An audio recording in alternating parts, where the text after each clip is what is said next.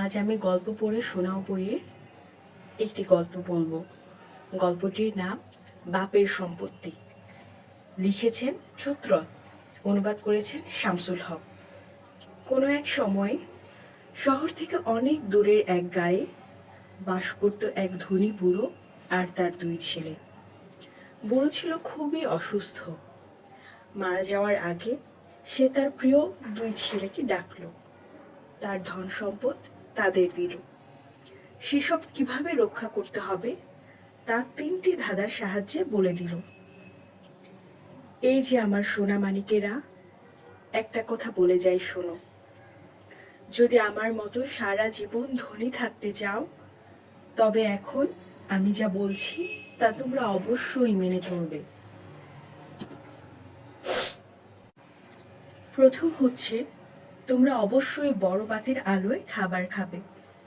দ্বিতীয় হলো, তোমাদের বাড়ি অবশ্যই জীবজন্তুর দাঁত দিয়ে ঘিরে রাখবে।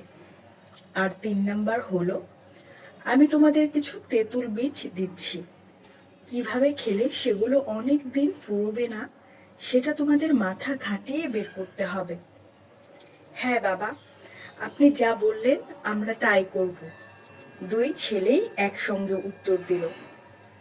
ধনী বুড়ো তার ধন সম্পদ দুই ছেলের মধ্যে সমান ভাগে ভাগ করে দিল এবং মারা গেল। ছোট ছেলে তার বাপের বাড়িতেই রয়ে গেল, আর বড় ভাই তার ধন সম্পদ নিয়ে চলে গেল এবং শহরে তৈরি তার নতুন বাড়িতে বাস করতে লাগলো। ছোট ছেলে ছিল সহজ সরল, হাবাগোবা গোছের। খাবারের আগে সে চাকরকে বড় বাতি চালাতে বলতো এবং হাতের দাঁতের তৈরি বেড়া দিয়ে বাড়ির চারদিক ঘিরে ফেললো। তারপর সে রোজ খাওয়ার জন্য তেঁতুলের বিচি রাখত। কিছুদিনের মধ্যেই তেল ফুরিয়ে গেল। চোর হাতের দাঁতের বেড়া চুরি করলো এবং একটিও তেঁতুল দানা তার রান্নাঘরে আর রইল না। সে গরিব হয়ে গেল। একদিন বড় ভাইয়ের কথা তার মনে পড়লো। ভাবলো, সেও এতদিনে নিশ্চয়ই তার মতোই গরিব হয়ে গেছে, কারণ তার বাবা তার ধন সম্পদ সমান ভাগে ভাগ করে দিয়েছিলেন। সে বড় ভাইকে দেখার জন্য শহরে রওনা দিল। সে যখন বড় ভাইয়ের বাড়িতে গেল, তখন অবাক বিস্ময়ে দেখল যে কত বিশাল সে বাড়ি, আর সেই বাড়িতে বাস করছে অনেক লোকজন। আহা দাদা ভাই, তুমি কিভাবে এখনো ধনী থাকতে পেরেছো বলো তো? বাবা আমাদের যা যা করতে বলে গিয়েছিলেন আমি তো তাই করেছি, অথচ আমি দিনকে দিন কেবল গরিবই হয়েছি। ছোট ভাই দুঃখে কেঁদে ফেলল। শোনো, শহরে আসবার পথে আমি বাবার ধাঁধার কথা অনেক চিন্তা করেছি।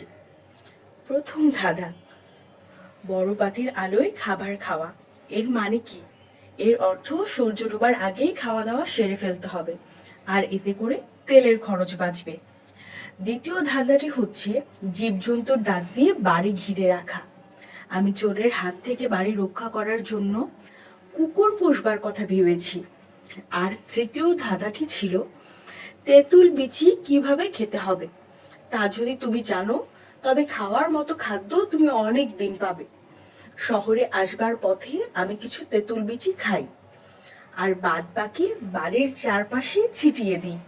দেখতে দেখতে সেগুলো থেকে তেঁতুল বীজ গজায়, আর আমি প্রতি বছর ওদের চারা তুলে বিক্রি করি। দেখলে বাবার কথা আমি কিভাবে পালন করেছি। সত্যি, আমি এখন সারা জীবনের জন্য ধনী। গভীর তৃপ্তির হাসি মুখে বড় ভাই তাকে জানালো।